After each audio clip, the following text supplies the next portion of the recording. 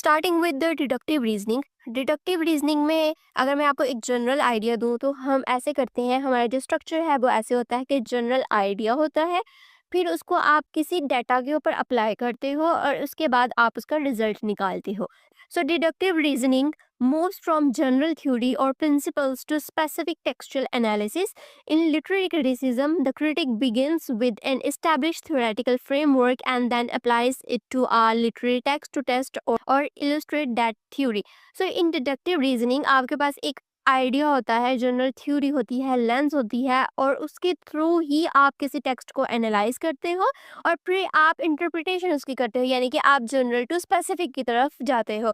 ठीक है, it is more like textual analysis. Textual analysis में भी हम यही करते हैं कि हम टेक्सचुअल एनालिसिस करने से पहले हम कोई एक थ्योरेटिकल फ्रेमवर्क या लेंस अपने दिमाग में सोच लेते हैं और टेक्स्ट को हम उसी पर्सपेक्टिव से पढ़ते हैं और देन हम उसको इंटरप्रेट कर लेते हैं। ठीक है, सो डिडक्टिव रीजनिंग सेम इसी तरीके से काम करती है, बस इसका नाम थोड़ा सा मुश्किल है।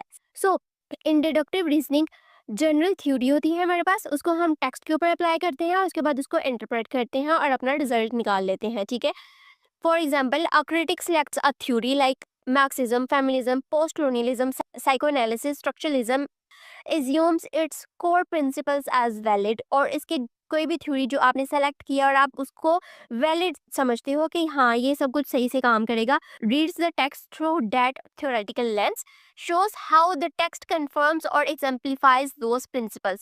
सो आपने एक लेंस लिया और आपने उसको टेक्स्ट के ऊपर लगा दिया और एंड पे आपने बता दिया कि किस तरीके से ये टेक्स्ट इसको एग्जाम्प्लीफाई करता है और कंफर्म करता है। अगर हम इसके क्रिटिकल पॉइंट्स के ऊपर बात करें तो सबसे पहले इसकी आ जाती है strengths. So it is systematic and theory driven, यानी कि आप थ्योरी के थ्रू उसको सारा कंडक्ट करते हो।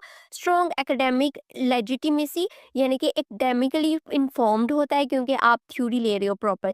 Help situate text with in broader intellectual traditions, और जो आप टेक्स्ट है उसको एक वो थ्योरी और एक ब्रॉडर कॉन्टेक्स्ट में प्लेस करते हो। इसकी कुछ लिमिटेशंस आ जाती हैं, जैसे कि रिस्क ओवर थ्योराइजिंग, यानी कि आप बहुत ज़्यादा उसको ओवर थ्योराइज कर देते हो, बार बार उसके ऊपर थ्योरीज लगा के। हो सकता है टेक्स्ट की डिमांड ही ना हो लेकिन आप उसके ऊपर फिर भी थ्योरी लगा रहे हो।